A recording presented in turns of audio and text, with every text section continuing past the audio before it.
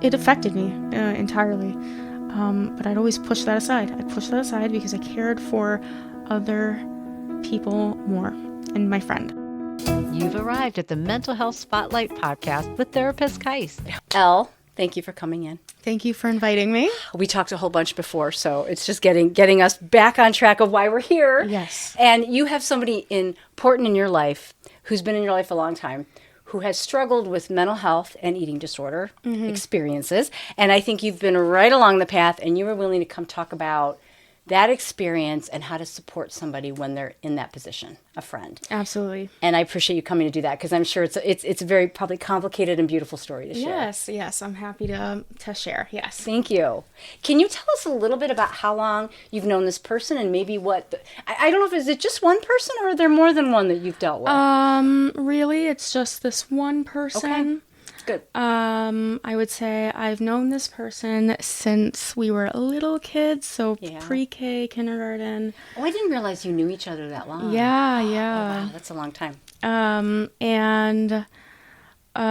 So we've been friends that long, and then something along the lines, like soon after when we were in high school, I actually moved in with her. So like before then, in middle school, we were like good friends. But over time, we became like even closer. Because you were like sisters for a while. Yeah. That's kind of how I know who we're talking about. That's kind of how she referred to you. And I think that's when I met you, really briefly. Yes. It was a long, oh my God, it seems ago. like so long ago. Yes and no, it was a long time ago. In the beginning, yeah. But like, heading into, high school, probably when I was like in 10th grade, 11th grade, something like that, along the lines there, that I moved in with her. Okay. And so then things were so different because I'm living with like my best friend. Which can be good or bad. Yes, depending. Exactly. And especially like with space and privacy and all of that. Yeah. So Did you know, Elle, before you moved in with her, that she had struggled? Because she'd struggled before that time in her life. Okay. No, I was not aware at all.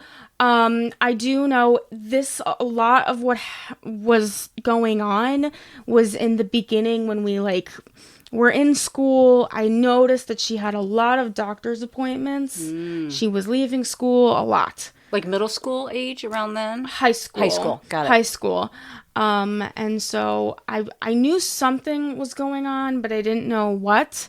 So, that's really how that sort of happened. And like the way I found out that she even had an eating disorder and that she'd have to leave school is she took me into my room that I was staying in at her house, shut the door, and just was very blunt and just told me straight out that the reason why she's going to doctor's appointments and all of these things is because she has a eating disorder, so she has to leave school. So that was the first time you heard about it, was when she said, girl, this is what's going on. Yes. Wow. And so my reaction from that was just like, okay, well then, because I knew something was going on, but I didn't know it was that. Did you know anything about eating disorders before she said to you, I have this? Did you understand it? You did, okay. Yes. So you knew a little bit of what it meant. Yes. And like other categories within that. So that's really how that happened. So she wasn't in school anymore. She was going to the places that she had to go. Because she was in like higher level of care for a long time too. So I'm guessing you didn't see her for periods of time also. Most of the time, actually, I did not, because I was going to school and she was going to her place. And by the time I came home, I'm exhausted. I didn't really fully understand her schedule, or it just like a lot was just going on. And you're older than her, aren't you, Elle? Yes, I am. It's because you were off to a higher level of school when she was going through some of this, weren't you? We were in the same grade, actually. You were? I thought, for some reason, you were, maybe because afterwards she was here working on recovery and you were off. doing like college or doing other things? Something, yeah. I'm also a little bit older for my age. Anyway, yeah, so a lot was just going on. And so how this like affected me was that I had already a lot going on already with myself because I had a lot of personal issues because that was the first year that I moved out of my home. Yeah, it's a big deal. Right. So, and then on top of that, hearing that my best friend has an eating disorder was like, whoa, okay. All right then. What do I do with this information? What do I do? And so... did you need, when she told you this, did you find that you needed a moment to kind of decompress and think it over, or were you able to just hop in and be like, how do I friend you now? Or did you need to work on this for you? In the beginning, I honestly was very lost. I think I thought in the midst of in the moment at the time, I need to do what I can as her friend, that I need to be supporting her. I have to just be there for her. But over time, I had to also come to realize that our conversations and like being with other friends and like setting up hangouts, and I realized that actually a lot had to go with like food. Yeah. Like everything. Like when you hang out with a friend, like you go out, have food, or it just like a lot of like food related topics would come up. And I actually didn't think about it until realizing that she has this struggle with food.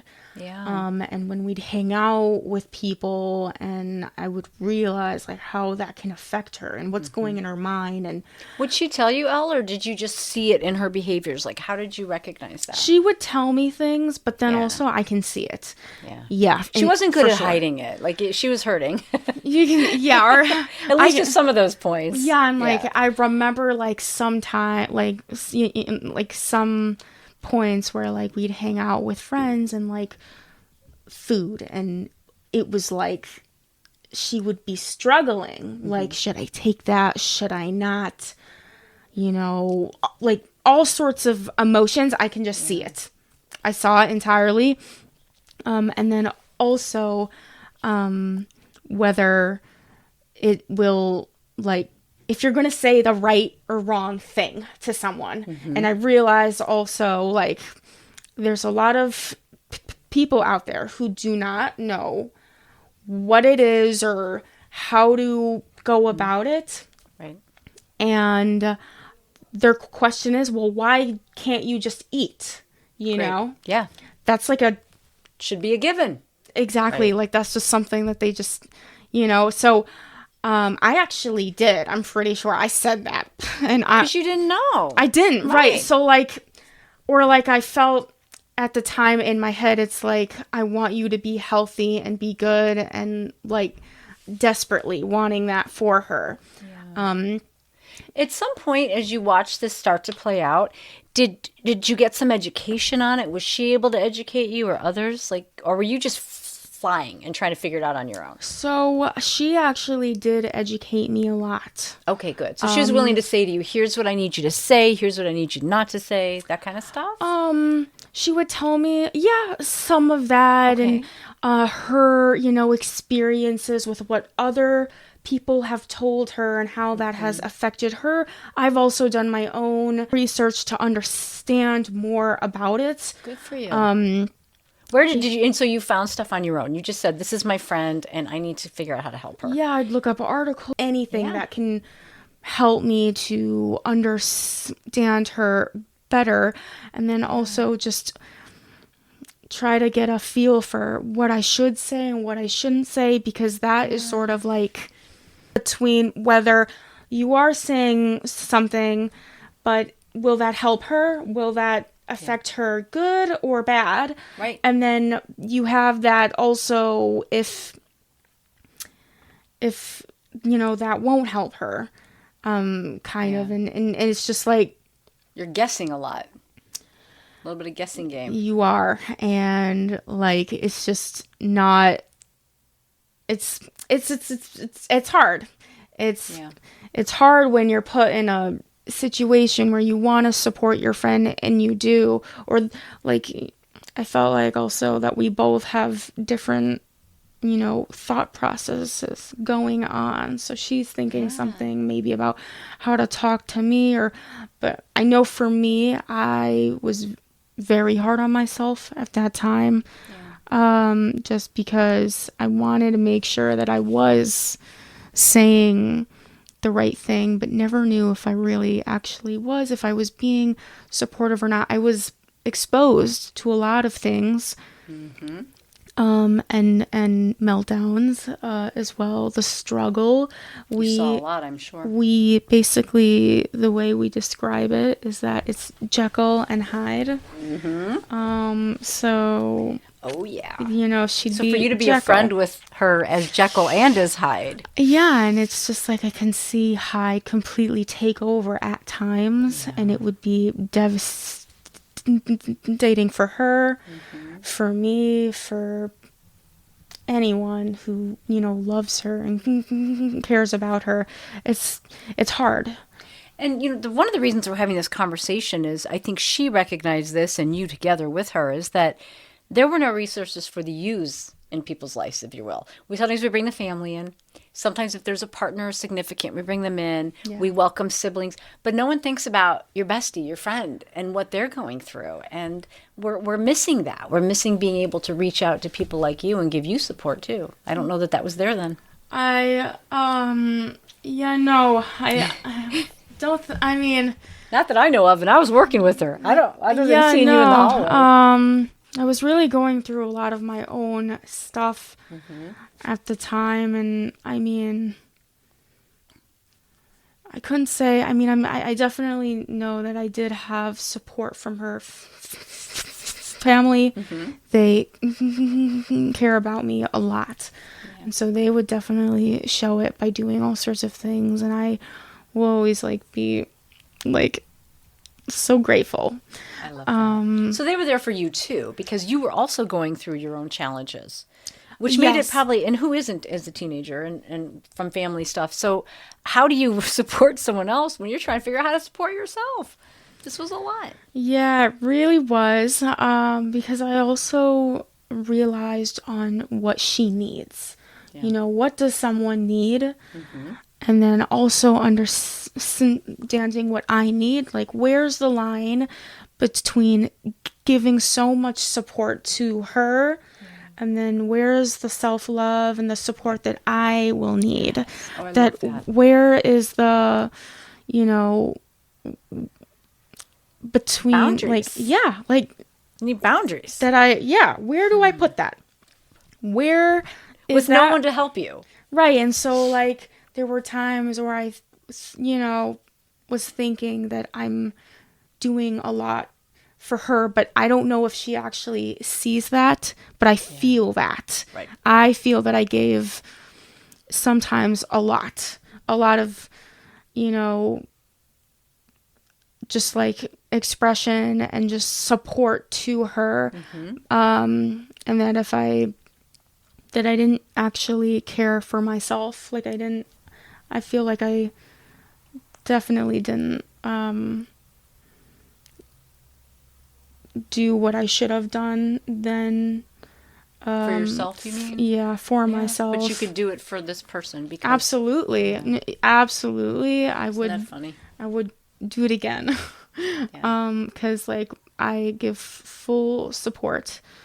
And I did, or I tried, because also it was a new experience. For them too. It's new for her, new for me, and finding out also that it literally started when she was so young. I was shocked to think that something can even happen when you're that young. I didn't even know that. So when she told me that was whoa. It's kind of mind-blowing, isn't it? Yeah, that was that's sad. That's, shame. But,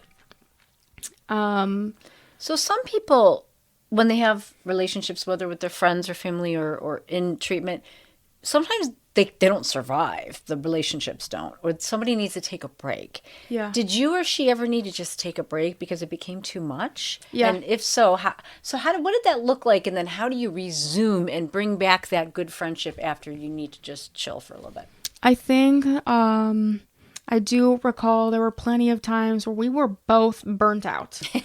We didn't want to deal with anybody. Yeah, I get it. But if we're talking, between each other, I think silence was a big thing, that we would just be silent. We wouldn't express to each other perhaps how we felt. We would just go our separate ways for a long time.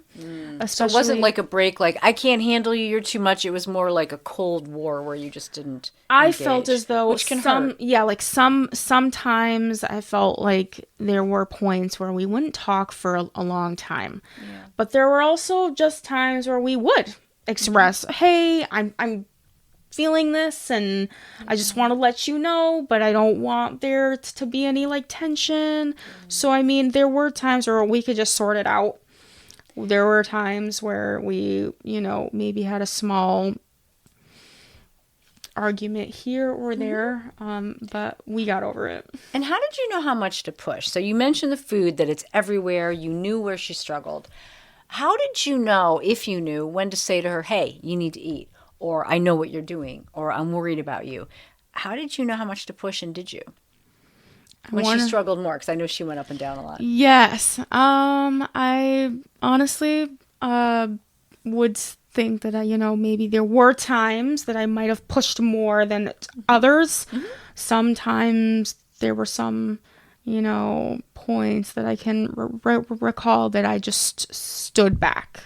I didn't say anything, even though my mind was racing with,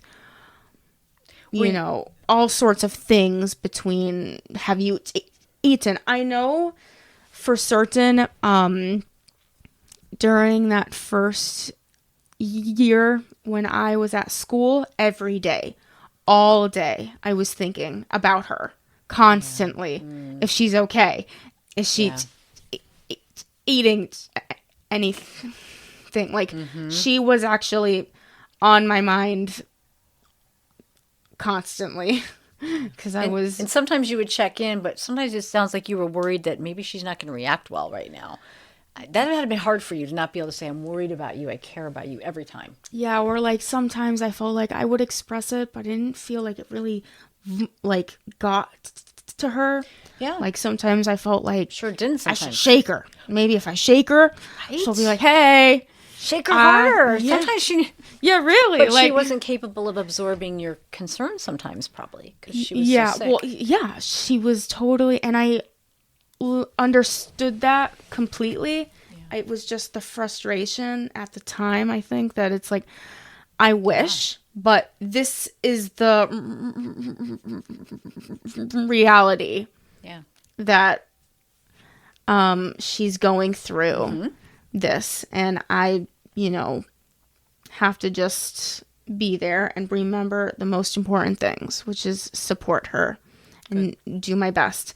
And so be there for her, even if you can't be the one that says, eat the meal, come with me, go do this. You just were like, I'm here. Absolutely. And there were times when I'd watch her eat. I'd watch her eat, making sure that she ate the whole thing. There were times where she wasn't allowed to be left alone in her room. Yep. I slept with her for months. Like, really, in the same room, just to make sure that she wouldn't okay. have behaviors. That she had, because she had safety behaviors too back then. Yes. So it wasn't just eating disorder behaviors you were worried about; it was safety things. Yeah. So, we shared a room for a long time. Okay, and you were there not just because you're my friend and you're fun, but because you wanted to be there to make sure. Did that at times put you, though, in a weird position to feel a little, we call it codependent, but a little too much like, if I'm not here, she might not make the right choices? Did that come up? Was it hard on you to feel that way, if you did? Yes, I did think that. Okay. How could you not? Yeah, really. And you didn't have, again, a clinical support to help you figure that one out. Yeah, no. Honestly, these were a lot of my feelings and just like new emotions would like come up depending, and also just the fact that she was just flying. All of her, whatever was going on with her was all new. And then like new emotions and like just like also a lot with, you know, her life between going to, you know, appointments and to this and to that, like things that she had to go to, and me trying to figure that out and like just wrap myself around, you know, what's going on with her. Yeah. And like, you know, Just making sense of it. yeah, really, because like it was all a lot. It was all a lot. And her particular situation was a lot, because she had many things going on, a very complicated person. So you're not just talking about a quick stint of trouble. You had a lot that you observed with her. Yeah, and just like the unknown, honestly. Every day was a new day of just not knowing what you're going to go up with next. Like it was just like that, and just like the knowledge between physical emotions and psychological, like all of it. There's just all sorts of new things, and I wasn't knowledgeable. No, and that's what we're talking about here, is because you weren't equipped to be able to handle the unpredictable. And thank you for saying that, because not knowing what you're walking into, as much as she felt helpless, she at least was the carrier of her story. You were sitting there on the sidelines watching it play out and couldn't do very much about it. Sadly, that's a tough position. Exactly, and I also remember feeling literally emotionally drained. Drained just from trying to figure things out between my role and then just, you know, what's flying with her. Just all of it, you know, and then self-care, you know, Right, like drowning because yeah, so it's like, what did you do, Al? So you mentioned that you have times you were just, I got nothing. What was something that helped you, if anything? I mean, were you able to find something that that soothes you during this time? Music was a big, it still is a really big part of my life. What kind of music? What'd you listen to? Is this something I would know? I would think. A genre. How about genres? Give me genre. I can handle genre. Honestly, I love anything except like punk rock. No, like hardcore. That's okay. Heavy metal. Not a fan of opera, but honestly, I love country, pop, all sorts. So you would pick music based maybe on what you were feeling from this eclectic music choices. Yeah, or like instrumental. I love that. Different languages. I loved 80s. Literally all kinds of music. And you just get lost in your music? Is that how you would use it? Yeah, I do. But like it's in a good way. Yeah. Because it tunes me out entirely and I'm just like relaxed. I also would use any kind of coping skill. Yeah, and like any other kind of time that I had for myself. You know, I'd play games. Very into video games if I had the time. Yeah. Or like watching TV. They're good distractions, right? They're distractions where you don't have to be in charge of anyone but your controller. That's all you got to do. Yeah, exactly. And I also remember that there was some point. I'm looking for my tea. Oh, where'd it go? Yeah, there it is. You might put it somewhere. There was a point where I was very hard on myself that she got to me, meaning her hide, part of her sort of got to me, where I was very fixated on calories and food myself, that I started restricting as well. And I would go, I literally spiraled extreme. Yeah. That I would go throughout my day with literally nothing but water and a grape It sounds horrible. fruit. Were you ever getting your own care? Were you ever getting your own therapy that someone could help you see that, hey, do you see what's happening? Or support? It was through my school that I only went to the therapist at the time there. Like a school counselor? Yeah, Okay. the counselor there, but that's it. I didn't actually go to therapy.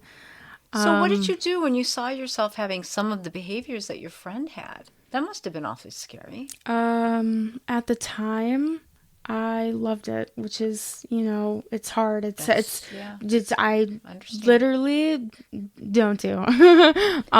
It at the time, I thought I would be healthy enough to realize that I don't cross that line of being, extreme. That I You thought you could do it right. like I said it with myself in my head. Oh, I'm not gonna do what my friend is doing. Like, I can control it. Even in someone who doesn't have a predisposition or the traits for disordered eating, it can come on like that. It's like heroin. It's scary. Yeah, so what happened with that was her family members caught on to me with weird behavior. So they called up the school counselor about it to talk with me about it. Is this a school counselor I know who's really good at this? Because she that's understands right. it very well. Yes. Excellent. So And you're in a tight-knit, smaller school then that was probably able to give you some support. Yeah, so I ended up speaking with her about it, and she told me flat out, if you don't stop what you're doing, you're going to end up like your friend.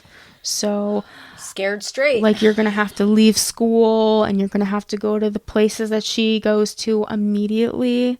I stopped what I was doing right away because I didn't want to end up like my friend. So immediately Wow. I just So you stopped. were able to early enough get in there and say, oh no, and just stop doing it. Yeah, Good because for you. yeah, so I mean, And thank God you did it early. That person you saw at your school was right. Because if you can get it really quick before it gets inside the brain. You can get out of absolutely. it. I also Thank goodness. feel like it really got to me because we were living together. Like I was constantly surrounded by it. Yeah. It's different than so- hearing about it. Yeah. And like also just being, a friend, and like you don't live with your friend, and like you just like hear what they're saying, and like you hang out with them, you see bits and pieces, but I saw all of it. I saw all of You it. saw probably more than I knew about. Yeah. I'm sure it was like playing out a show. Yeah, really. So Now, this friend now is in a pretty good place of recovery. I know that. Yes. Like all people in recovery, they have moments where it's difficult and they still need support. What's still tough, if anything? Because you're still friends, right? That's why you're here. yeah. You guys have stood the stand of time. good friends. Yes. You made it through. What is still tough, if anything, in supporting your friend? I would say,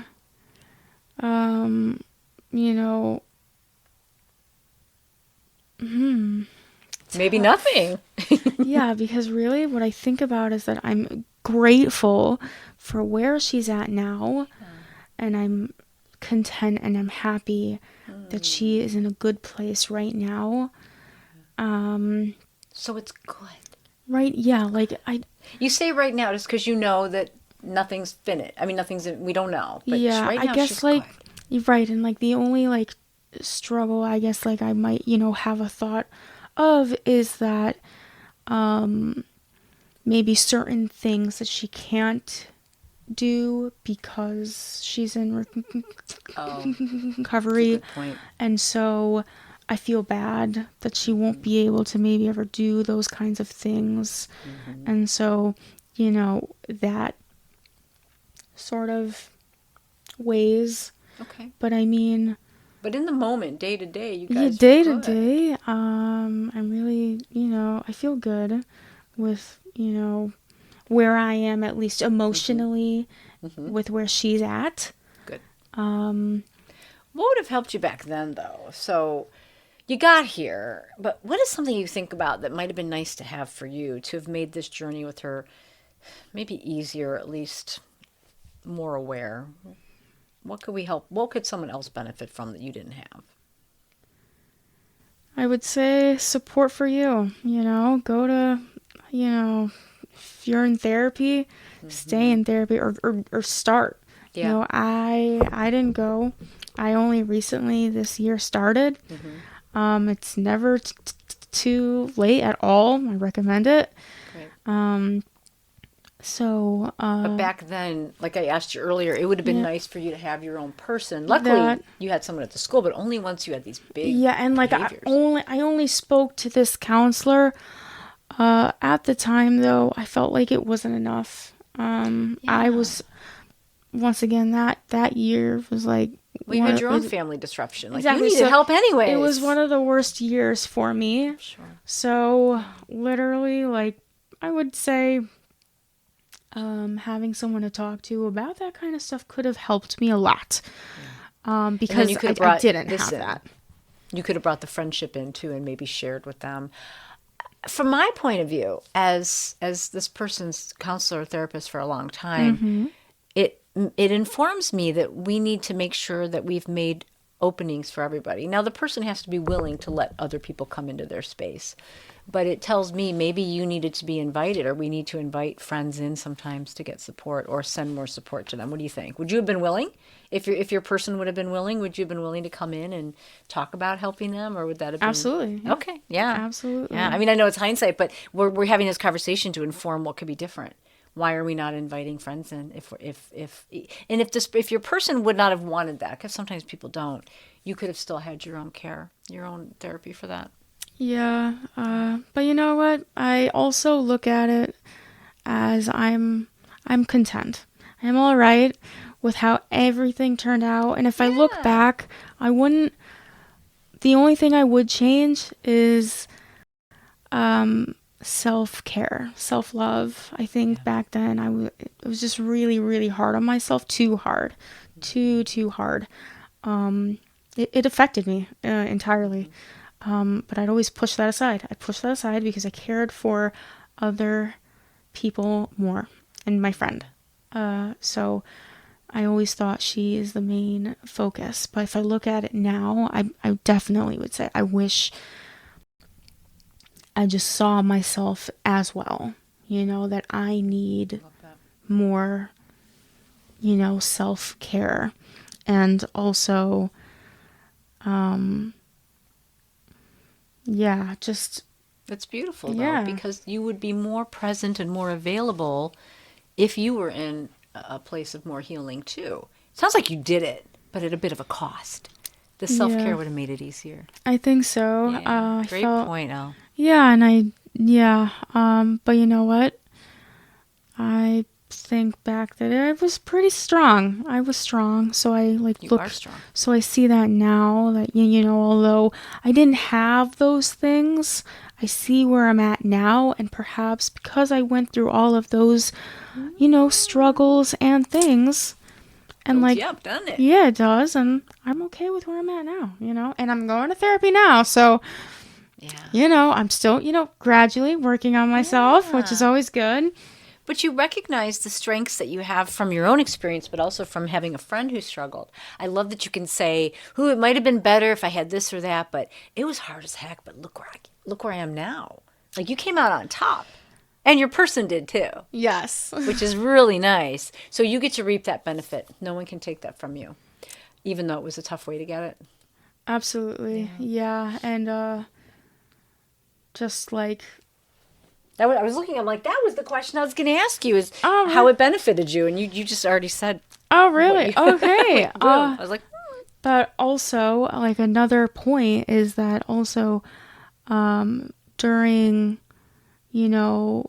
all of this happening with my friend and really, like, struggling, I remember I also felt, like, a lot of frustration with helplessness. Like, when you have such, you try to make sense of it all and you try to stay positive, but there's always things also that will seem as though that, like, is it possible? Like, you try so hard. And that was also a really big thing. It's a tough feeling to have a feeling of helpless or hopeless, or was it Helplessness. because And you like couldn't? you would struggle, like, despite all your efforts. Like, it just, it would lead at the end to just helplessness, which, not to be, a downer, but in That's what eating disorders do. reality, Yeah. in actuality, that this is common. And I definitely felt like, will she be healthier? And like, always 100% have hope, be positive, but there's always doubts. Yeah. And like, And you're watching it go up and down. How did you not question? Are we? right? There's And nothing it's like, I can do. will she be okay? And there were times when she was in the hospital multiple times, and I'm like, Lord, Drawing me help creepy her now. pictures. Yeah, really. I hope she's listening. Yeah, yeah, really. She had a little fun with the nurses there. But that's a whole nother tangent. She had did some fun with her indeed. stays. But That's right. To your But, like, point, Elle, you were on the sidelines again. I was, and like, what it's, are you gonna it's do? not like I'm actually put there. It's what you I couldn't even see hear. her when she was there. Yeah, no, I mean, just like, also just like seeing from afar, and I'm like, Lord, help her now, really. And like, also when it was COVID, and then that there was a point where she was put somewhere treatment during else, and COVID. I remember I went to like visit her at a facility, but they didn't let me in, so I'm outside and we're looking through a window at each other and wearing masks. Your little hand on the window. We did, and it's like I had to go. You're and we're a good both friend, like, no. Elle. Oh, I could just see you two. I could see your little faces. Absolutely. So it was just like, and How tough that was. And I'm glad you brought up that some of this happened during COVID when you couldn't even be around your friend. Even when you're Yeah. allowed to be there, you couldn't be there. yeah, and like there was like, Goodness. I remember like good chunks of time where she wasn't there. She was put in a facility, and Many. she was there. Yeah, many. Yeah. And she was there for a long time, and I, You just waited. was But just, you didn't leave her. You felt helpless. You didn't know what to do. You might have needed space. You didn't have always the best self-care, but you stuck around. Not everyone would have done that. Some people would have been like, I'm out, tap, because it's so overwhelming. And you stayed. And that means Absolutely. you're a beautiful person to have done that. Oh, thank you. I stuck because I really love her, and I care about her so much. I can tell. That I do almost anything for her. Almost. Almost anything for her. How's it now, by the way? Because I just love that energy from you. Do you guys get to go and kick it and have fun now? Like, what's it like when you hang out? It's different. It's got to be. Different also just because we both have busy lives. Well, you're adulting. We are, which really sucks. I know she's but super busy. She is. So am I, though. Yeah. But when we do get a chance, we always, do something nice, something fun. It doesn't have to be anything major. We can literally go on like a shopping run, and we'll consider that great. So nice to see you. Let's do it again, kind of thing. But it's like nice. You're like sisters. You get together and pick up where you left off. Exactly. So really, whether it's a small thing, a large thing, it's always good. I get quality time with her, which I always love. And you don't have to worry about her now, do you? Are you able to let your guard down and just enjoy listening and being present? Absolutely. And I feel so, relieved that she's so much healthier, and that she, is in a better place currently at the moment. And I'm like, we're in the moment, bruh, I'm happy for you. Like, Stay there. yes, just, stay there. Don't, keep getting better, but, You gave us a lot of good things to think about for others. Is there another piece or one piece of advice that you would give somebody like you back then who has a friend they're trying to support? What is something you would like to highlight or say again to them? What's I would important? say be consistent and non-judgmental, and just honestly be genuine. Be your authentic, honest self with them, because they can as well, and it's important that you show that. And also be their support system. You don't know if they even have one, or maybe they have some, but when someone's going through this, it's so important for them to, to let them know that I am here for you. So if you're someone out there and you have a friend who is going through something like this, just, be honest with them, with yourself, keep your relationship, don't let it fizz out. Support them. Be there.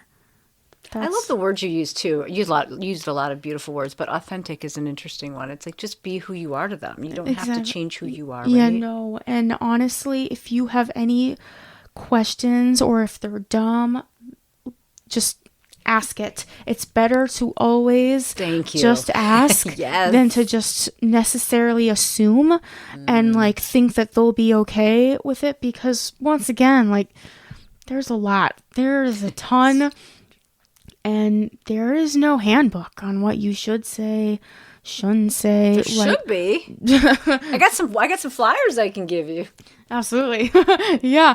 But like something I've, seen also with the experiences that my friend has had and interactions with other people and what they've said and what she's told me. And I'm like, if only you would ask. It's okay to always ask, yes, even if it's dumb. Because, hey, it's a question. And, like, you would rather just, once again, being honest rather than make some kind of assumption and then say it and then you can hurt them. Right. So that's a beautiful, beautiful focus point, because just ask. I've never heard a client say, I can't believe they asked. We want people to care enough about us to want to know how to help us. Absolutely. And guess what? That person who is going through something, they would rather you just ask, I'm sure. Shows you're invested. Shows you care.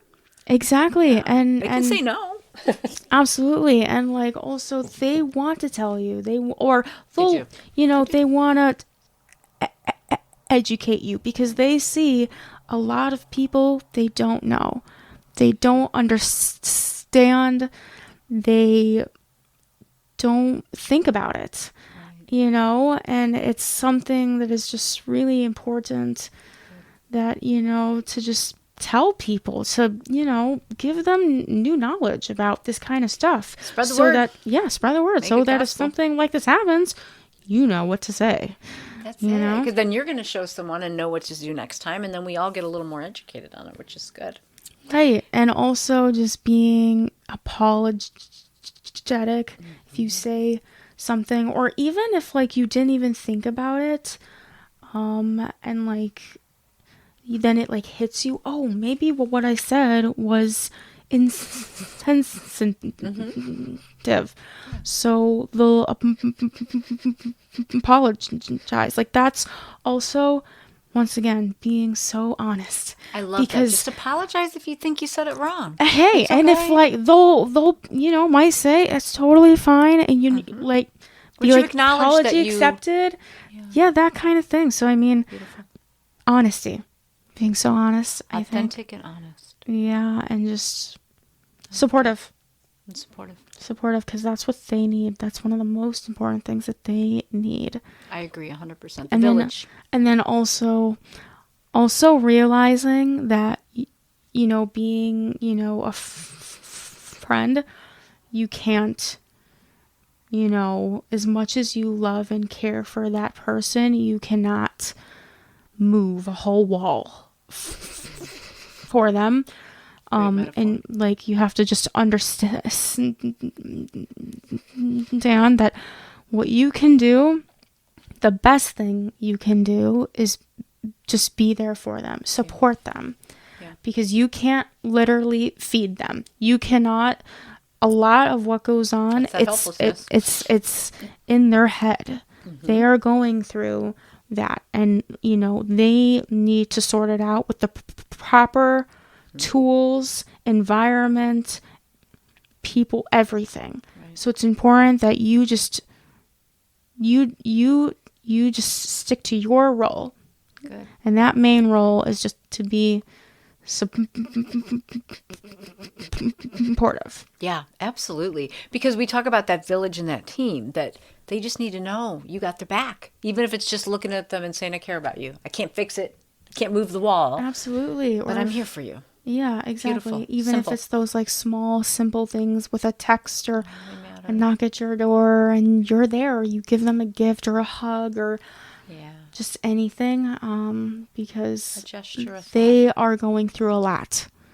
And although, others might not, see everything that they go through, but, you can get a hint, an idea, that they have a lot on their mind. Yeah. And so from you doing a simple thing can go a long way. Wonderful. So just being thoughtful enough to do a little something and take care of yourself. That's like absolutely, yes. Is there a word that describes your recovery journey with your friend? How would you? It's a tough one in this case, but is there a word or two that explains what you've been through? True. Oh. There's that authentic again. Yes. I would just say a simple word would be true, because really it was all real and honest and raw and ups and downs, crazy, chaotic, but it just was all true and real.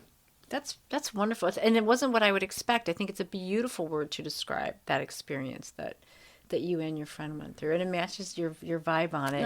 You're like, I was in it. I was present. I was authentic, even when it hurt like hell. And it's true. And your friendship is true.